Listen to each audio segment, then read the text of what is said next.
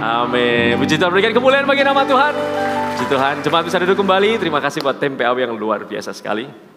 Puji Tuhan, senang sekali akhirnya bisa kembali mengisi di tempat ini.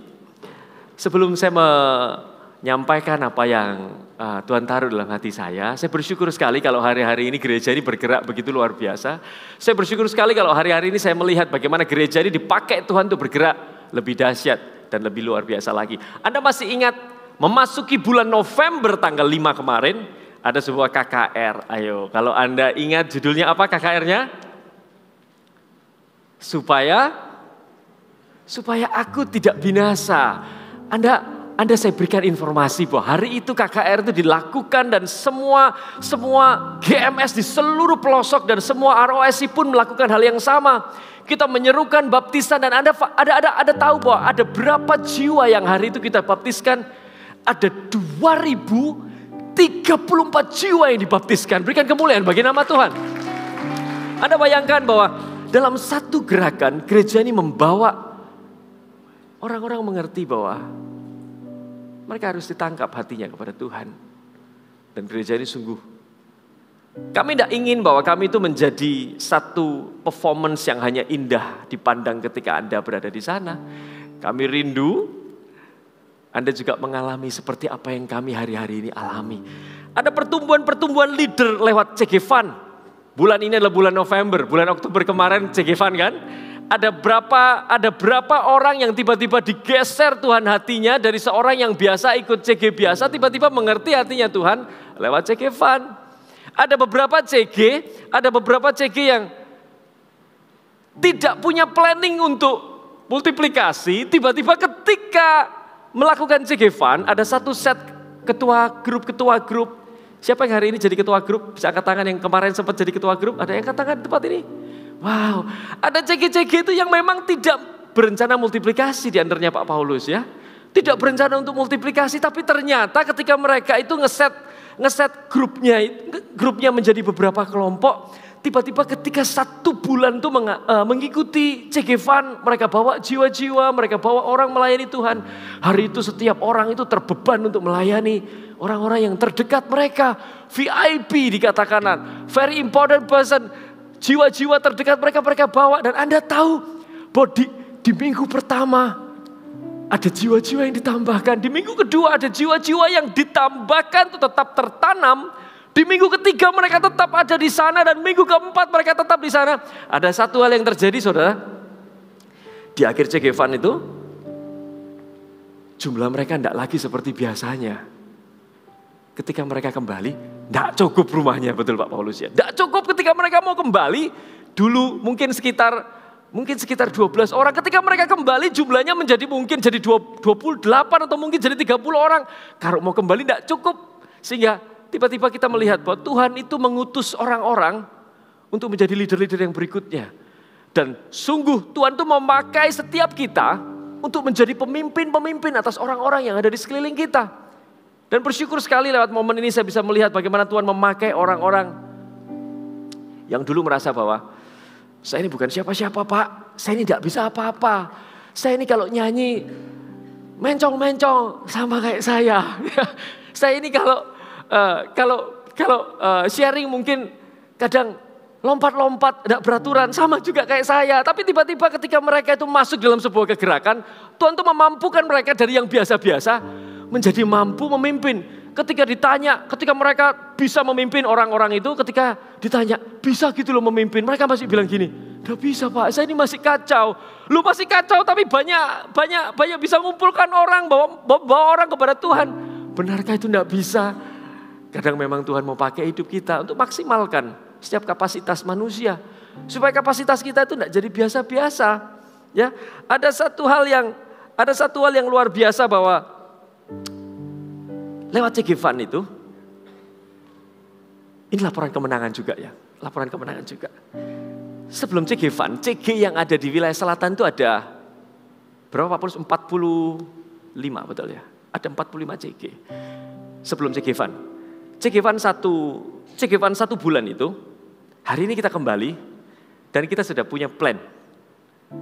ada penambahan 9 JG baru, saudara, di tempat ini. Berikan kemuliaan bagi nama Tuhan.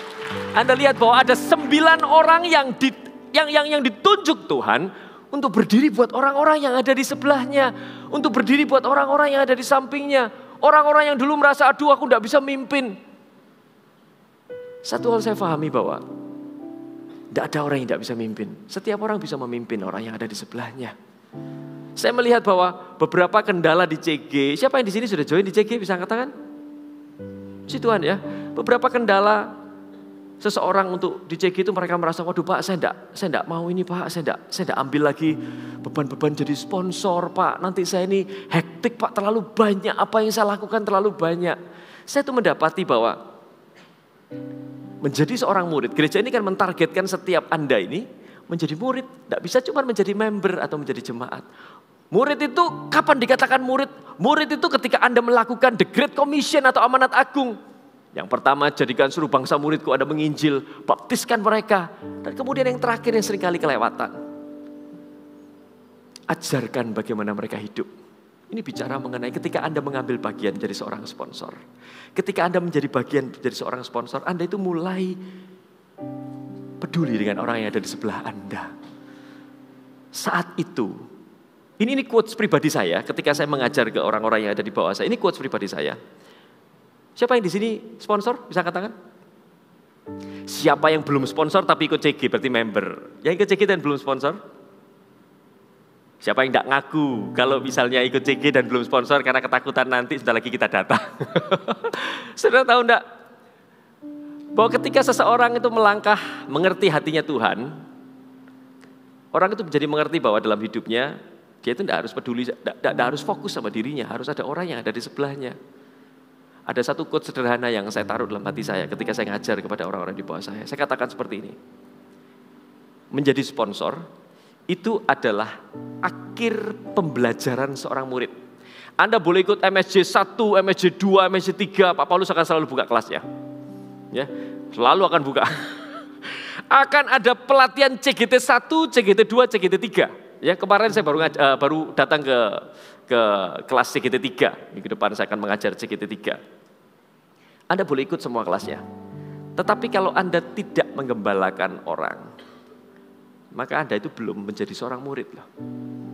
Menjadi seorang murid itu ketika Anda melangkah dalam satu langkah di samping Anda untuk mulai memperhatikan paling tidak satu orang yang ada di sebelah Anda. Menjadi seorang sponsor adalah akhir dari pembelajaran seorang murid, tetapi adalah sebuah awal kehidupan seorang murid. Saya tidak bilang CGL, coach, TL dan segala sesuatunya. Tetapi ketika kita itu masuk sebagai seorang sponsor, Anda perhatikan. Sponsor itu bukan jabatan. Sponsor itu bukan sesuatu yang kita jabat seperti seragam keamanan atau seragam sekolah atau seragam polisi yang ketika kita pulang kita copot seragamnya kita tidak menjabat lagi. Sponsor itu sebuah gaya hidup yang diubahkan ketika dulu menjadi orang yang ke gerejanya sendirian. Kemudian kita mulai memikirkan menjadi siapa yang bisa tak ajak ke gereja? Siapakah yang belum diselamatkan?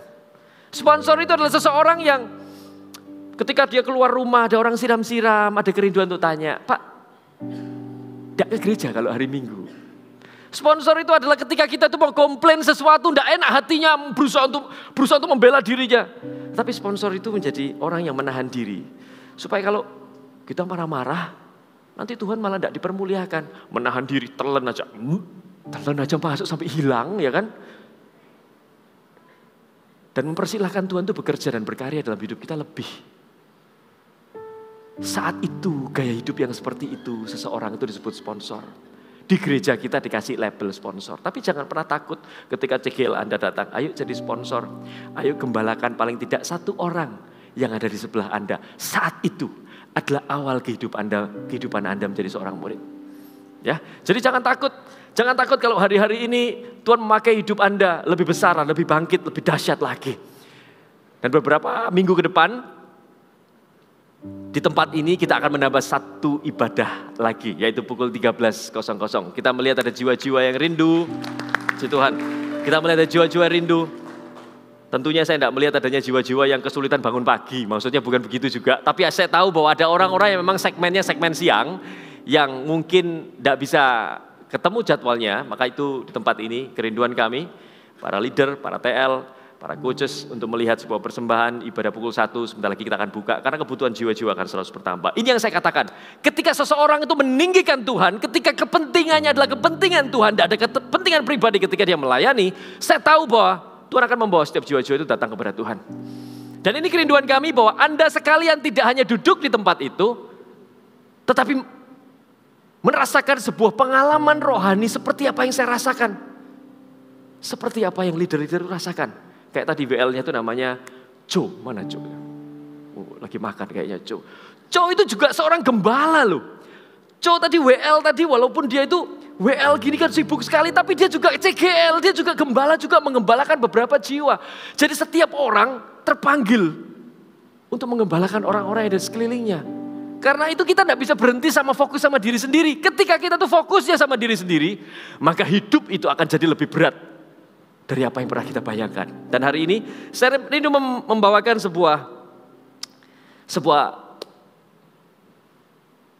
hati Tuhan yang diberikan melalui tema yang diberikan di gereja kita. Di gereja kita itu di bulan November membangkitkan pemimpin-pemimpin besar. Saya yakin bahwa ketika gembala kita memberikan sebuah tema membangkitkan pemimpin-pemimpin besar, saya tahu bahwa Roh Kudus sedang berkata-kata untuk orang-orang yang ada di bulan November ini. Untuk encourage mereka bahwa mereka itu menjadi seorang pemimpin besar, untuk mereka itu tidak menyerah untuk menjadi seorang pemimpin besar, tidak merasa bahwa aku tidak bisa mimpin, yang bisa mimpin itu CGL-ku, yang bisa mimpin itu orang di sebelahku, aku tidak bisa mimpin.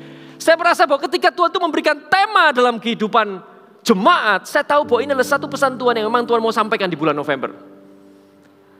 Dan kebetulan bertepatan juga ketika beberapa CG baru dimultiplikasi menjadi CGL baru. Bahwa setiap orang harus menjadi pemimpin yang besar. Dan hari ini ada satu judul khotbah yang saya mau bawa, yaitu sedikit namun diperhitungkan. Mari jemaat Tuhan katakan sama-sama, sedikit namun diperhitungkan.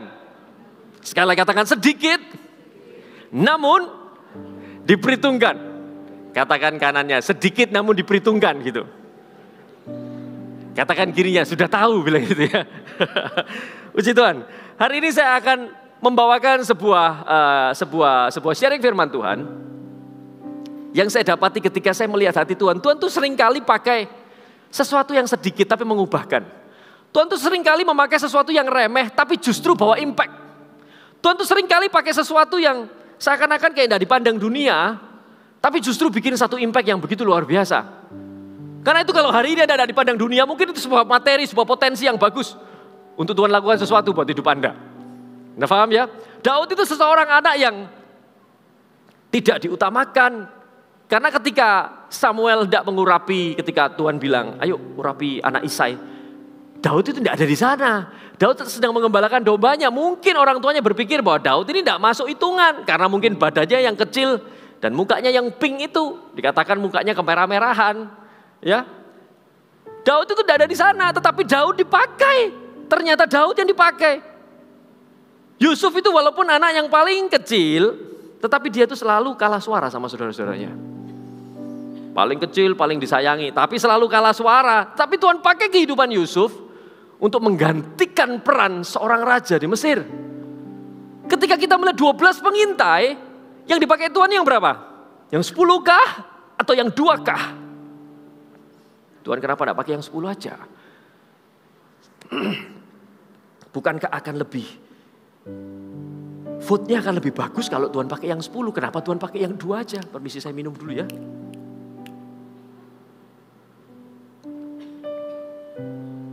Tuhan seringkali pakai sesuatu yang kecil dan tidak terpandang, tapi justru dipakai untuk membuktikan karya Allah.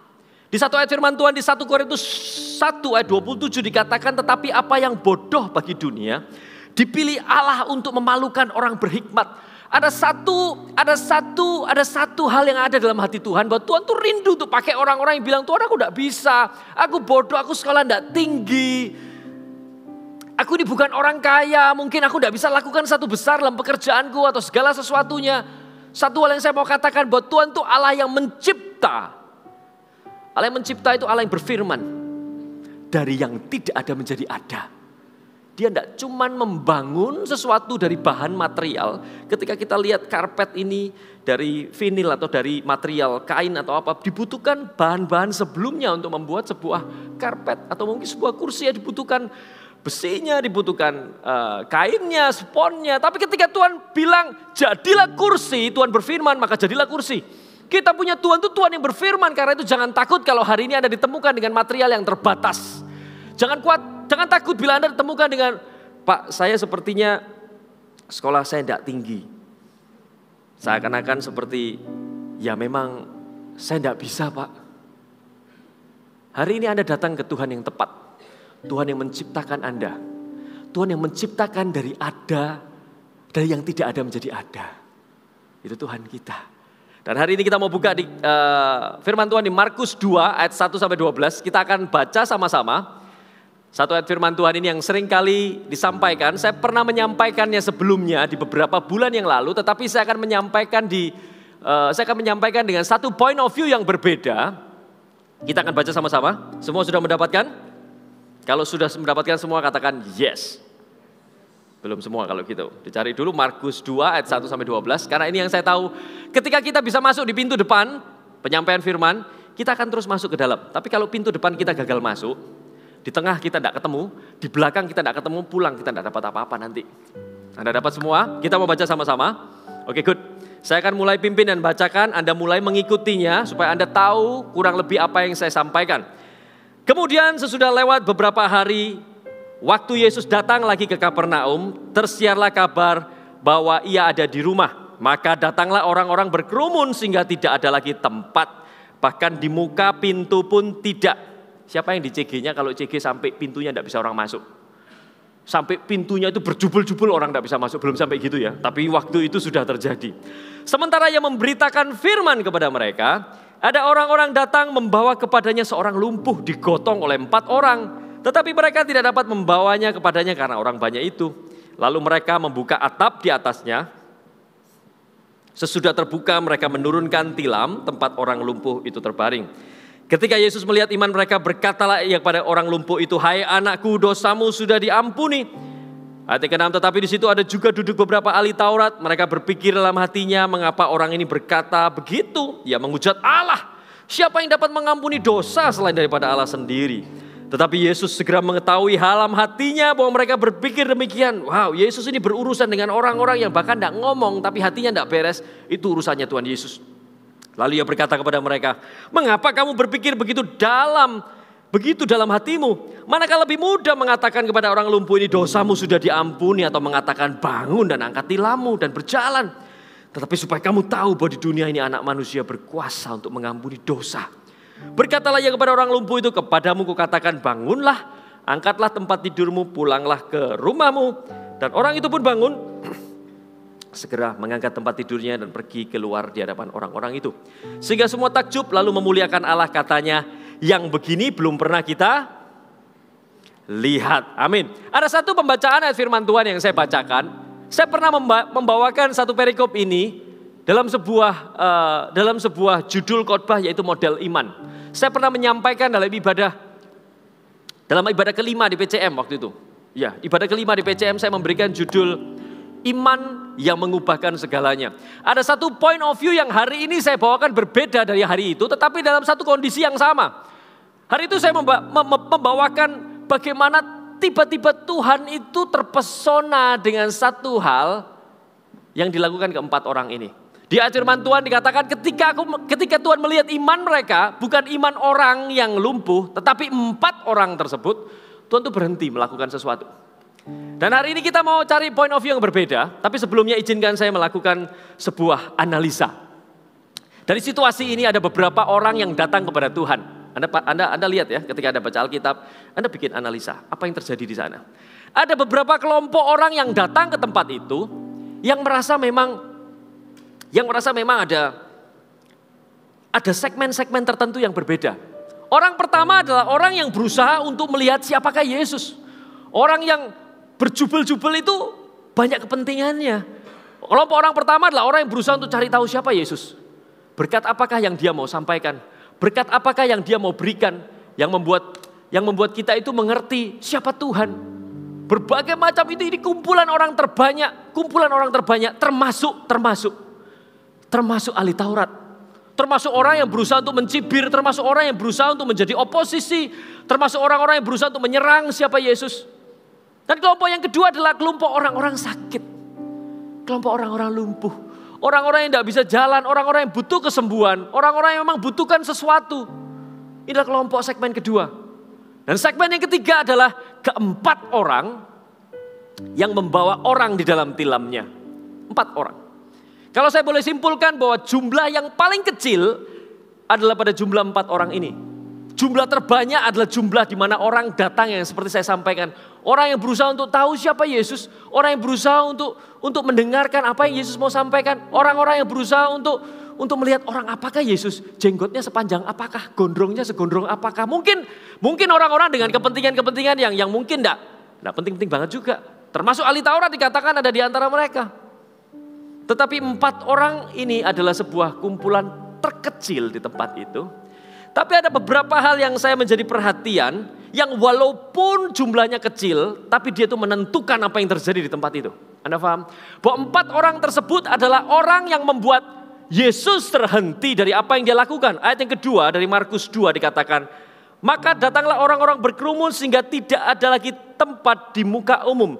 Sementara ia memberitakan firman kepada mereka. Jadi ketika itu Yesus itu sedang mengajar sesuatu kepada kerumunan orang itu. Mungkin ratusan, saya tidak rasa itu ribuan. Kalau ribuan mungkin rumahnya Tuhan Yesus itu kurang lebih kayak gini loh. Tempat ini itu 1.100 kurang lebih. Kalau 1.100 ya mungkin lebih kecil sedikit ya. Karena waktu itu kan tidak ada kursinya juga, mungkin duduk di bawah. Mungkin ya dikurangi seperempatnya atau mungkin belakang itu tidak ada. Saya rasa tempat Yesus juga tidak segitu besarnya. Mungkin ratusan. Ketika Yesus di tengah-tengah mengajar, Anda bayangkan ketika saya ngajar gini, ketika saya khotbah kayak gini, tiba-tiba ada satu hal yang menghentikan saya, membuat Anda tidak lagi mendengarkan saya, tetapi saya melakukan sesuatu seperti ini ya. Ketika saya khotbah gini, tiba-tiba saya minum gini.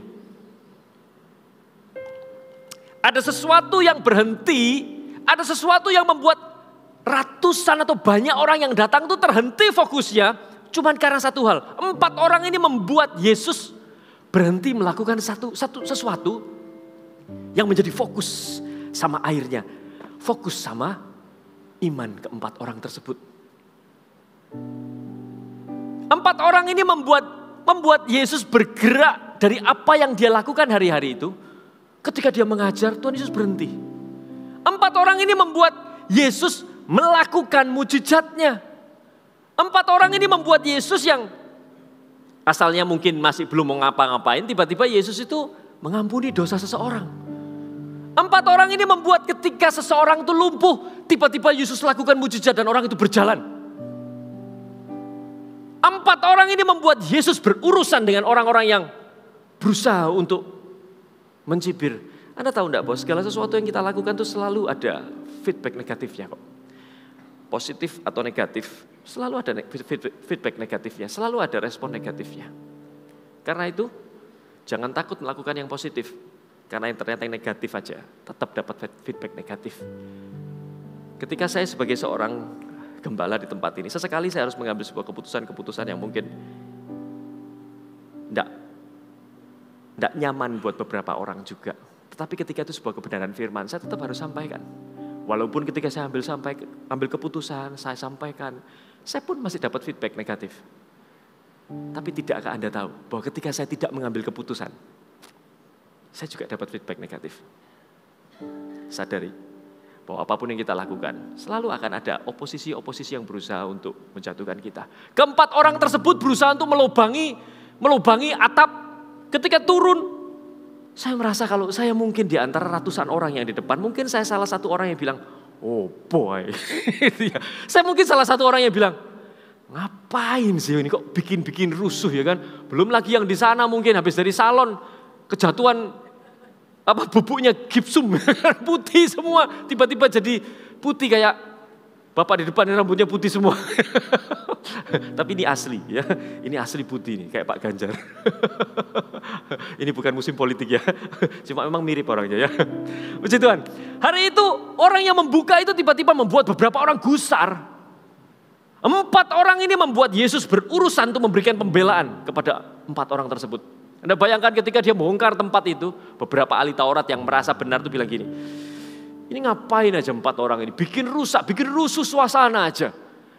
Ahli Taurat dikatakan tidak mengucapkan apa-apa, tetapi Yesus tahu apa yang ada dalam hatinya. Saudara paham enggak? 4 orang itu biji mata Tuhan. Siapa macam-macam sama biji mata Tuhan? Tuhan itu yang intervensi, Tuhan itu yang turut campur. Karena itu jangan takut kalau hari ini Anda lakukan sesuatu terus Anda berpikir, wah nanti saya dipikir saya ini munafik Pak. Pikiran-pikiran itu semua urusannya Tuhan. Kita itu tidak perlu dipengaruhi oleh pikiran-pikiran negatif yang membuat kita tidak melakukan apa-apa. Nanti kalau saya melayani di gereja Pak, saya dibilang sok suci Pak. Itu urusannya Tuhan. Anda tahu seseorang yang berusaha untuk mengganggu biji mata Tuhan, Tuhan itu urusan sama ahli Taurat itu. Tidak ngomong apa-apa, dia itu cuma gini aja. Ahli Taurat ketika melihat ke atas begini dan melihat itu, ahli Taurat itu bahkan tidak ngomong. Tetapi ketika Yesus katakan, dosamu sudah diampuni. Tiba-tiba Yesus tahu apa yang ada di dalam hati mereka. Wow, Yesus itu berurusan dengan orang-orang yang bahkan mungkin, kalau orang-orang yang tidak suka sama Anda dengan tindakan, mungkin Anda kelihatan. Bagaimana dengan orang-orang yang tidak suka sama kita dengan tanpa tindakan? Di balik hatinya ada sesuatu mungkin yang tersembunyi. Anda tahu enggak? Ketika kita melakukan apa yang menjadi kerinduan Tuhan, pembelaan kita itu miliknya Tuhan. Hidup kita tuh enggak perlu pusing dengan segala sesuatu yang aduh nanti aku tak beres-beres ini, aduh. Itu menghambat apa yang hari ini Tuhan mau kerjakan dalam kegerakan kita. Hari ini enggak usah pusing dengan apa yang terjadi di kanan kiri kita selama apa yang kita lakukan benar. Let's go, let's do it. Hari ini Anda biji mata Tuhan bukan?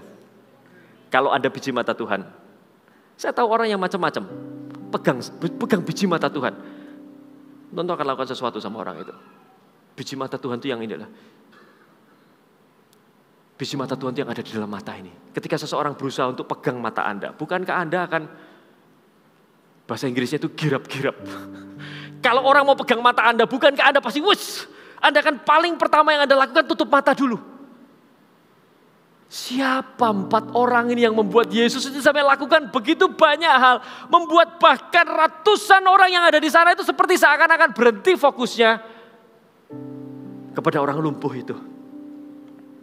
Hari ini kita akan membahas siapakah keempat orang ini. Di beberapa pembahasan yang lalu saya menyampaikan bagaimana memiliki iman yang memang untuk kita, tetapi kita gunakan untuk orang yang ada di sebelah kita. Itu menarik perhatian Tuhan. Sesuatu yang kita punya itu seakan-akan kayak gini. Anda semua pegang handphone ya? Anda semua pegang handphone ya? Ya. Handphone yang Anda pegang itu kasihkan ke orang kanan Anda.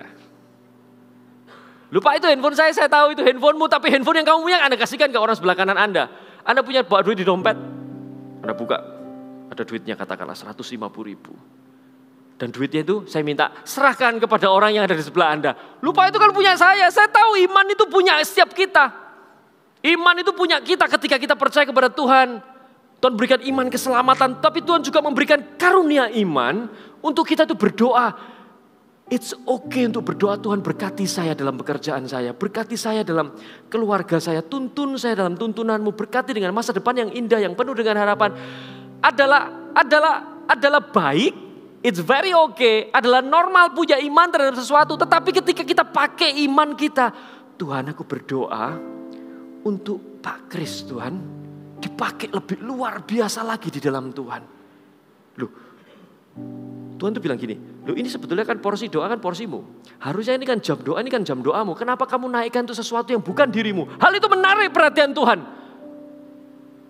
Dan hari ini kita akan belajar, saya tidak akan lanjutkan mengenai hal ini karena itu sudah saya sampaikan beberapa bulan yang lalu. Tapi hari ini kita mau lihat, siapakah keempat orang ini yang berusaha lakukan sesuatu, yang berusaha untuk bertindak sesuatu dalam kehidupan mereka. Kita mau lihat bahwa mereka adalah seseorang yang saya dapati ketika saya membaca perikop firman Tuhan ini. Mereka ini orang yang harusnya di ayat yang kedua mereka itu tidak lagi melihat bahwa tempat itu cukup untuk mereka. Maka datanglah orang-orang berkerumun sehingga tidak ada lagi tempat, bahkan di muka pintu pun tidak ada. Anda bayangkan bahwa sesungguhnya ketika 4 orang ini datang, dia bawa mungkin orangnya besar mungkin ya. Jadi tandu itu dipegang 4 orang begitu, ketika dia sampai ke rumahnya dia melihat bahwa Lu enggak ada tempatnya, pintunya sudah tertutup. Tertutup bukan ditutup pintunya, tetapi sudah ada orang yang mepet-mepet berjubel-jubel berusaha untuk masuk. Tetapi itu tidak menghentikan diri mereka. Tetapi itu tidak membuat mereka menjadi berhenti. Mereka terus lakukan sesuatu sampai mereka temukan atap bisa dilubangi. Loh kok bisa atap? Kenapa tidak jendela? Karena mungkin jendela juga tidak lagi bolong. Karena jendela sudah tidak lagi bisa dimasuki orang. Karena sudah ada orang berjubelan berdiri di sana. Mereka tidak berhenti. Ada satu hal yang membuat mereka tidak berhenti. Karena tujuan mereka belum tercapai. Poin yang pertama yang saya sampaikan adalah jalan buntu tidak menghentikanku. Ketika Anda melihat jalan buntu, ketika Anda melihat pintu yang tertutup, Anda tidak berhenti. Karena jalan buntu atau pintu yang tertutup itu bukan tujuan Anda. Tujuan Anda adalah untuk membawa orang kepada Tuhan. Jangan mudah dilemahkan kalau hari ini Anda menjadi pelayan-pelayan Tuhan yang berusaha untuk melakukan sesuatu untuk Tuhan. Dan Anda belum ketemu Tuhannya. Dan don't stop. Tetap lakukan. Tetap lakukan sampai Anda ketemu Tuhannya. Ada visi yang mau dicapai ketika visi itu belum terlihat. Dan don't stop. Maka jangan berhenti untuk lakukan. Ada satu ayat firman Tuhan di 2 Korintus 4 ayat yang kelima. Sebab bukan diri kami yang kami beritakan tetapi Yesus. Dan kami adalah hamba-Mu. Sebab bukan diri kami yang kami beritakan tetapi Yesus Kristus sebagai Tuhan. Dan diri kami adalah hamba-Mu. Ini adalah sebuah algoritma, adalah sebuah tatanan seorang pelayan Tuhan. Kita itu tidak fokus sama diri kita. Tapi fokusnya itu sama orang itu berjumpa dengan Tuhan. Kalau fokusnya sama diri kita. Maka ketika pintu tertutup dan tidak nyaman buat kita. Maka kita akan pulang. Seringkali orang di gereja itu ditumbangkan, bahkan belum masuk di main hall itu sudah ditumbangkan. Seringkali ketika orang ke gereja itu ya urusan sama tukang parkir. Tukang parkir yang bencek, no Pak.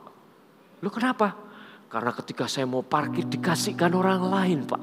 Saya tersinggung, Pak gimana?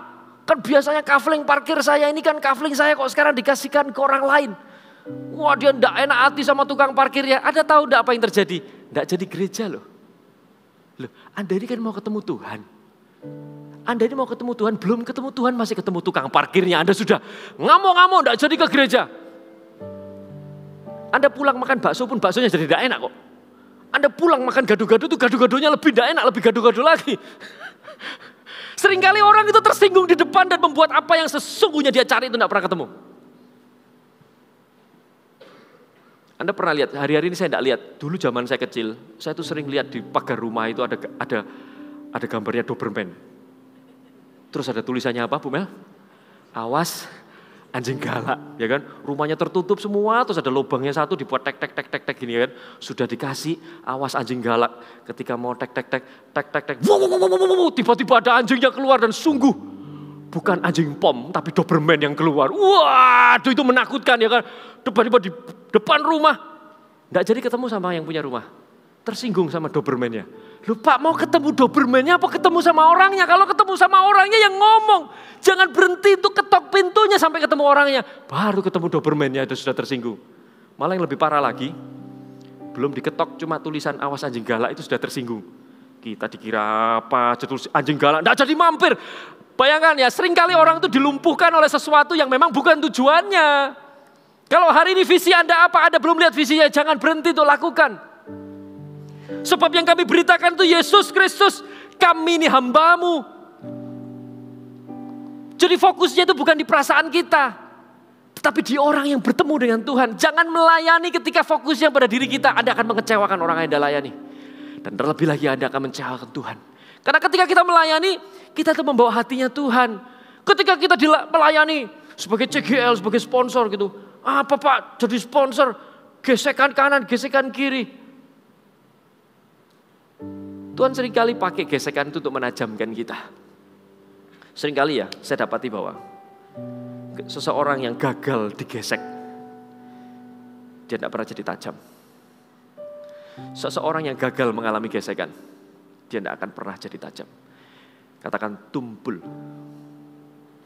Anda tahu tumpul itu apa? Tumpul itu apa? Tumpul itu sesuatu yang ketika Anda potong mangga, saya tuh punya pisau. Ya, saya punya pisau di rumah. Dan beberapa saat yang lalu itu ada jemaat kasih saya mangga. Ya. Ngasihnya bukan ngasih kayak ngasih keluarga saya. Ngasihnya itu seperti porsinya ngasih satu kampung saya, saudara tahu ya. Setiap hari saya itu kelihatan mangga, sampai saya masuk rumah saya itu bau mangga.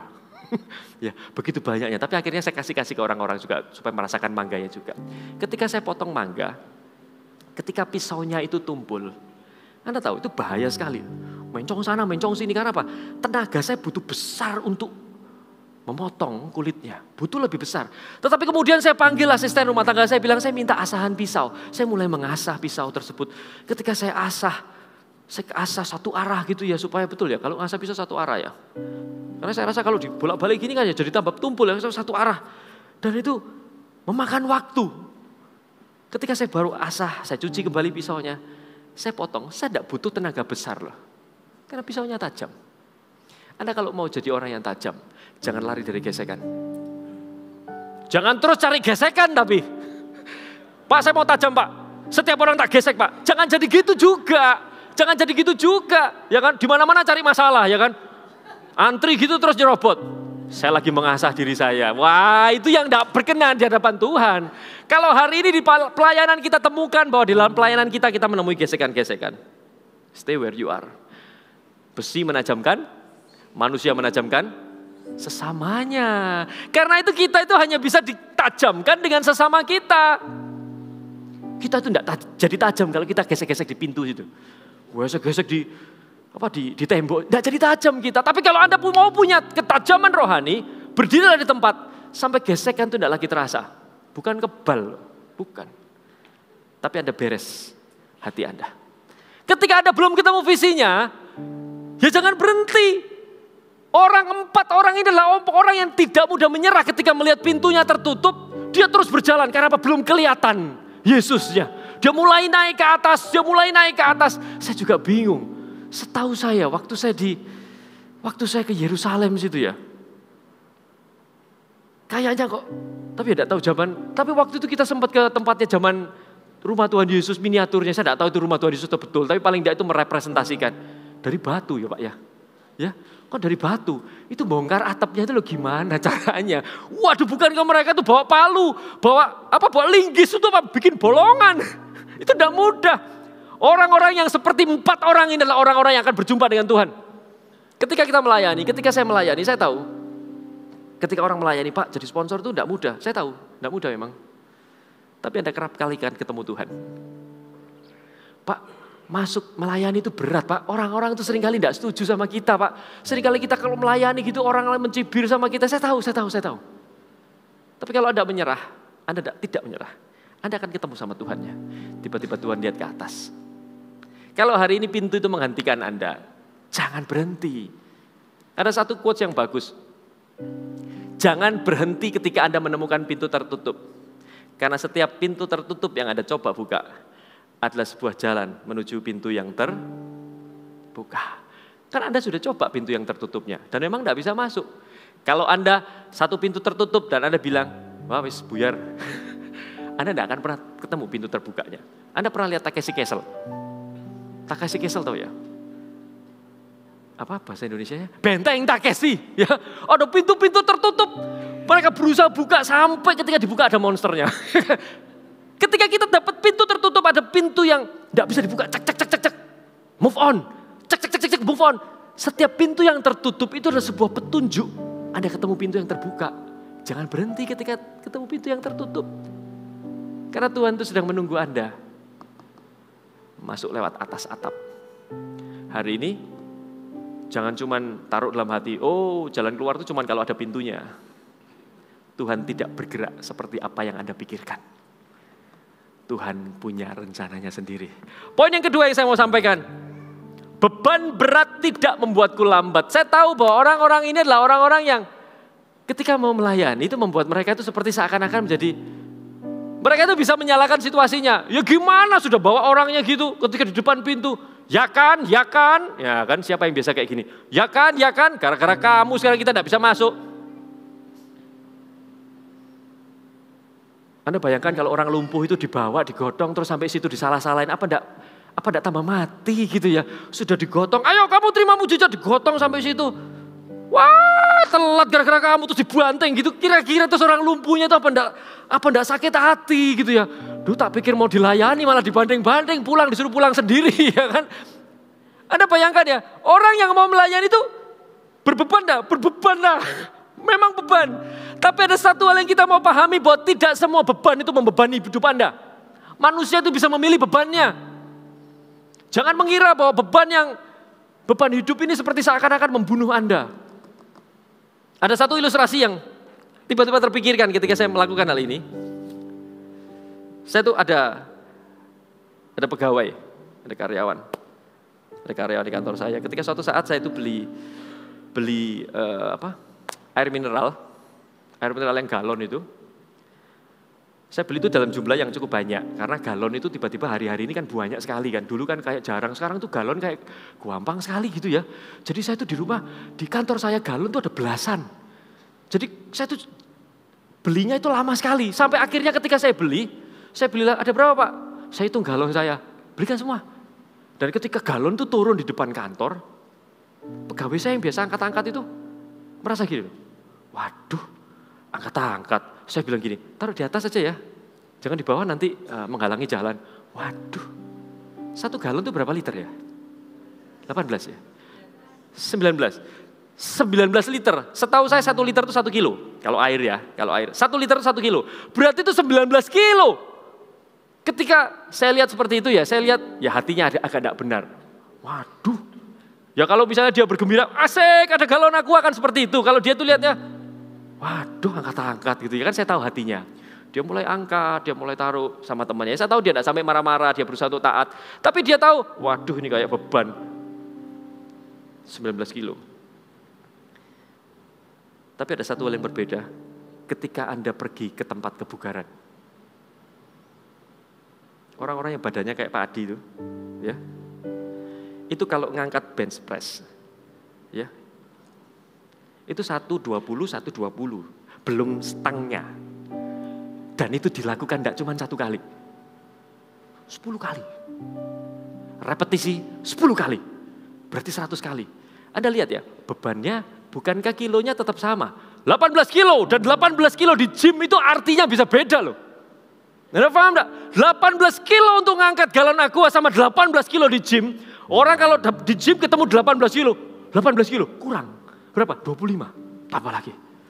Justru semakin serius, slotnya untuk nambah itu semakin turun. Semakin ditambahkan semakin berat. Justru tarik yang berat-berat. Anda lihat ya, bahwa sesungguhnya beban itu tidak selalu membunuh Anda kok.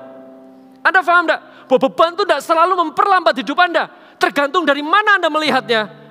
Adalah sedalam apa Anda mengerti firman Allah. Kalau Anda itu ecek-ecek sama firman Tuhan itu ya cuma kecek-kecek gitu aja lah ya. Wis pokoknya ya kalau saat teduh bersama Pak Philip ya saya saat teduh Pak. Kalau Pak Philip tidak saat teduh ya saya tidak saat teduh. Pak Philip sih saat teduhnya cuma Rabu Pak. Loh. Pak Philip dulu saat teduhnya 2 kali Pak seminggu. Sekarang Pak Philip mulai kendor Pak. Pak Philip saat teduhnya 1. Loh. Saat teduh itu memberikan sebuah contoh, memberikan sebuah model. Bukan Anda terus gara-gara Pak Philip Pak, hidup saya sekarang tidak pernah saat teduh Pak. Seminggu cuma 1 kali. Iya betul, sekarang 1 kali betul ya. Lu enggak gitu juga. Kita tuh memberikan model supaya Anda tahu bagaimana bersaat teduh. Bagaimana Anda melihat beban ketika Anda melayani? Adakah itu menjadi sebuah beban kehidupan Anda?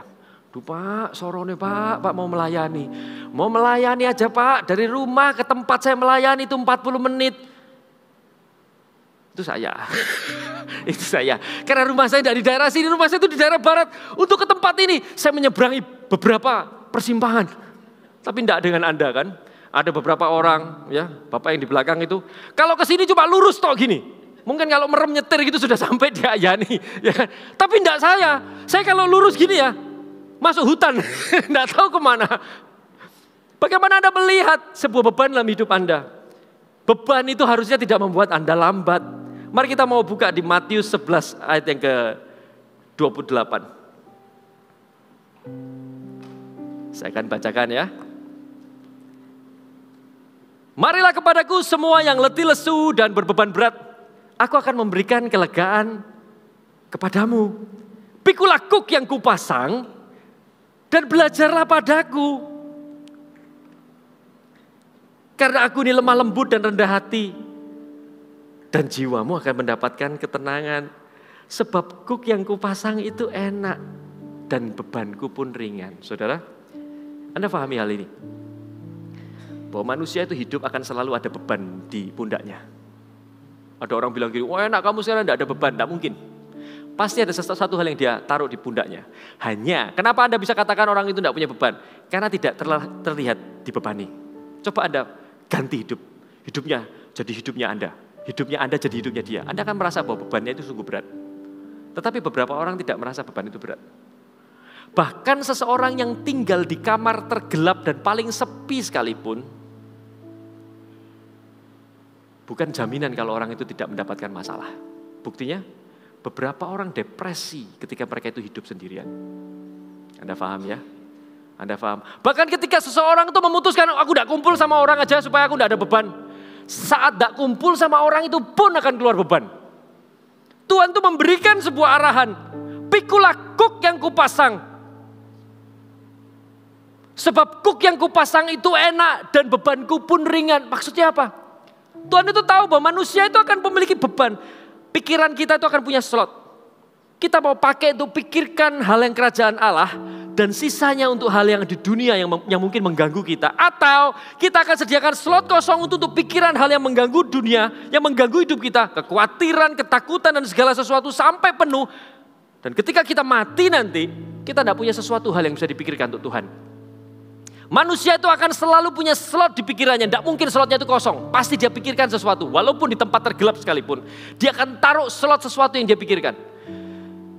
And it's very stressful. Dan itu akan membuat seseorang dijatuhkan. Hari ini pilih beban apa yang Anda mau bawa.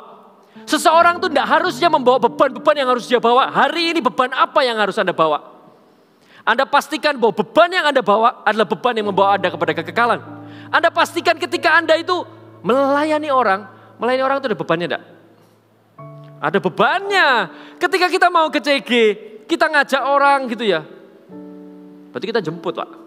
Ya jemput pakai bensin Pak. Sudah gitu pakai mobil Pak. Yang dihitung bukan cuma bensinnya Pak. Ban saya itu semakin halus Pak. Kalau saya jemput. Oli saya kepotong beberapa kilometer Pak. Dan spon di kursi saya itu semakin habis ketika seseorang naik di kursi. Anda paham ya? Anda paham bahwa ketika kita itu melayani pun ada bebannya. Tetapi beban yang Anda lakukan untuk apa yang menjadi kerinduan Tuhan adalah beban yang Tuhan mau untuk Anda taruh di pundak Anda. Karena beban ini akan membawa Anda kepada kekekalan. Jangan pernah merasa terbebani ketika Anda melayani. Karena sesungguhnya ketika Anda melayani orang yang di sebelah Anda itu sedang melayani tamu-tamunya Tuhan. Melayani apa yang Tuhan mau. Kehendak Allah. Anda pilih hari ini Anda mau pusing sama apa? Anda pilih hari ini Anda mau pusing sama apa? Pusing sama kehidupan Anda kah? Atau pusing sama apa yang Tuhan mau dalam hidup Anda? Karena hidup itu akan selalu ada yang dipikirkan. Ada orang yang stres. Karena film serinya itu berakhir tidak seperti apa yang dia inginkan. Loh, hubungannya apa? Bukankah hidupnya di seri itu loh juga hidup khayalan. Tapi ternyata orang yang cakep dan orang yang ganteng itu tidak hidup bersama pada akhirnya. Wah, yang bikin story ini jelek, kecewa saya. Dan pulang di rumah itu tidur mimpi buruk. Mimpi buruk bangun pusing. Ketika pusing besok ketemu suaminya atau ketemu istrinya marah-marah. Karena mungkin telurnya kurang mentah, terlalu matang, keras, ya kan? Ketika sarapan tidak enak, perutnya lapar sampai di kantor kelaparan. Ketemu sama teman kantor marah-marah juga. Tiba-tiba berakhir dipecat. Anda bayangkan ya. Bahwa harusnya kita itu bisa memilih beban apa yang kita miliki. Anda pikirkan apa yang mempengaruhi hidup Anda. Yang ketiga, pujian tidak menjatuhkanku. Ada satu hal yang saya tulis yaitu, manusia itu seringkali tahan banting. Manusia itu seringkali tahan banting. Tetapi seringkali hancur ketika mereka itu dipuji. Wah, tahan banting Pak ketika dia itu berkorban dan melakukan segala sesuatu. Wah, dia all out. Dia bawa jiwa-jiwa. Dia lakukan segala pelayanan yang terbaik. Ketika ada satu orang bilang, luar biasa ya mau melayani ya, kamu punya hati luar biasa. Mulai hidungnya besar, dung dung dung dung dung dung dung dung. Saat itu dia jatuh. Orang tuh seringkali tahan banting sama masalah. Tapi seringkali orang tuh dijatuhkan sama pujian. Karena itu hati-hati kalau orang suka muji. Ketika Anda melakukan sesuatu, jangan tunggu pujian.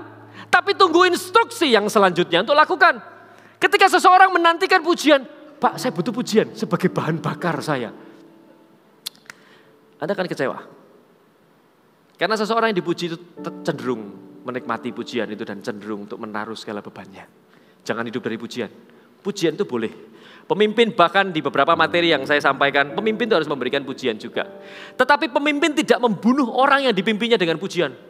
Wah, cantik, tambah melayani tambah cantik, tambah melayani tambah bersinar, tambah lama tambah menjatuhkan. Pemimpin itu justru tidak mematikan.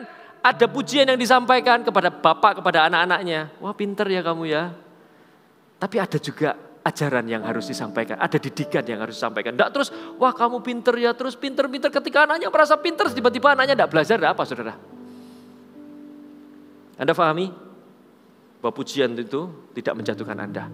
Anda paham tidak bahwa orang yang 4 di atas atap itu adalah orang yang tidak pernah bertemu dengan Yesus secara pribadi. Yang ketemu siapa? Yang ketemu orang yang lumpuh. Anda bayangkan keempat orang itu ada di atas atap, dia membawa tali dan menurunkan tilamnya. Setelah orang itu turun, orang itu cuma di atas gini. Orang itu di atas, mungkin dia berpangku kepala gini, dia lihat, dia senyum-senyum, dia lihat apa yang terjadi.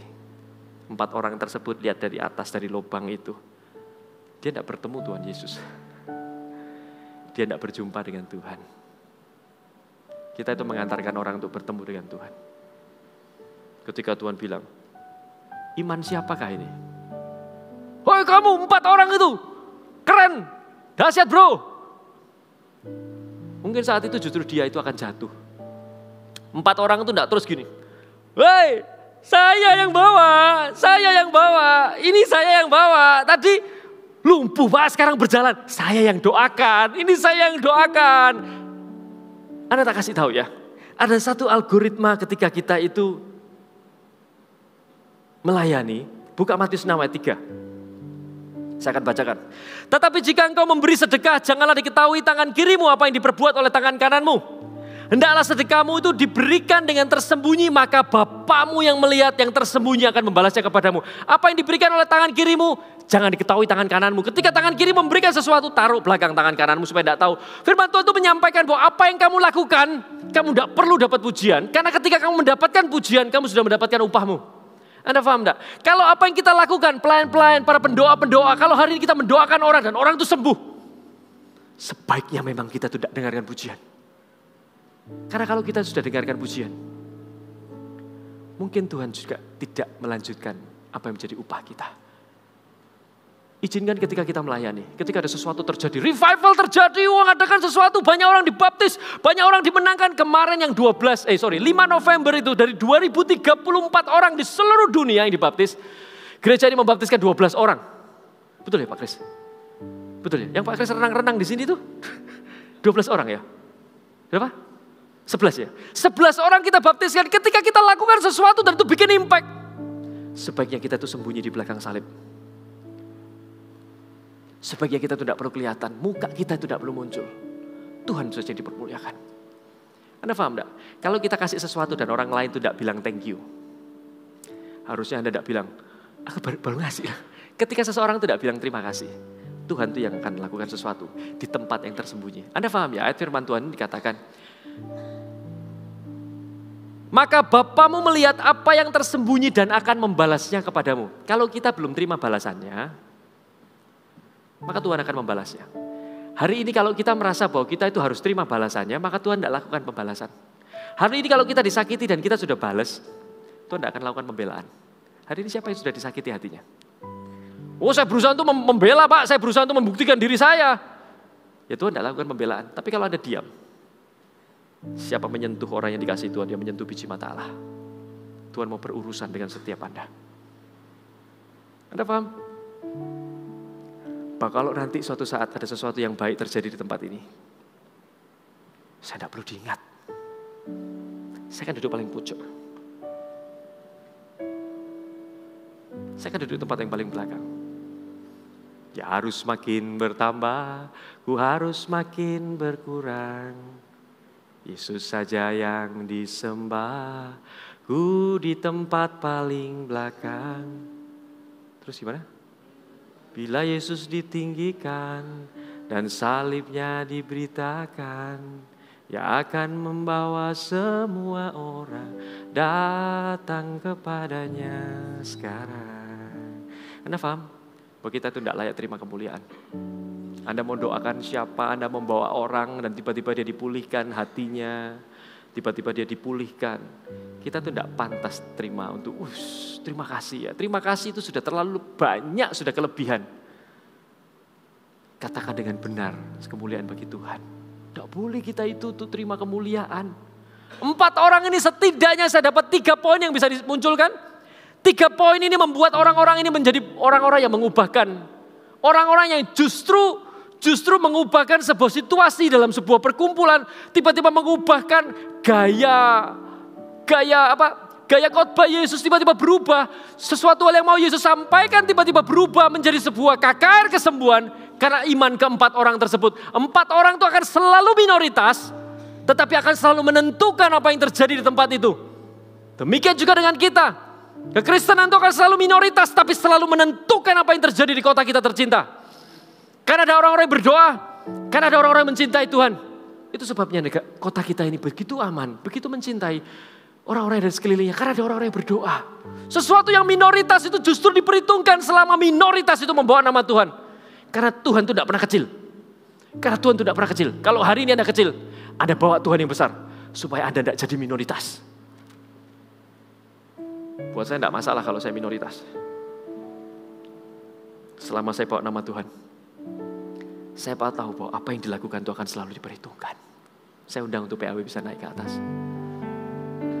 Apa yang hari ini menjadi ketakutan dalam hidup Anda? Amsal 25 ayat 27 mengatakan tidaklah baik makan banyak madu, sebab itu biarlah jarang kata-kata pujianmu. Sebaiknya memang jarang kita itu melakukan menunggu pujian. Taruh saja. Biar Yesus saja yang ditinggikan. Biar Yesus saja yang dimuliakan. Hari-hari ini jangan menjadi lemah. Karena sesungguhnya apa yang remeh Tuhan mau pakai itu sesuatu yang besar. Kalau hari ini Anda masih pusing sama hidup Anda, Pak saya tidak dianggap Pak, saya tadi pagi tidak disalami, tadi pagi saya tidak disopo Pak. Anda mau ketemu Tuhannya, fokusnya sama diri Anda apa fokusnya sama Tuhannya? Mari kita nyanyikan satu lagu, dipimpin oleh Jo.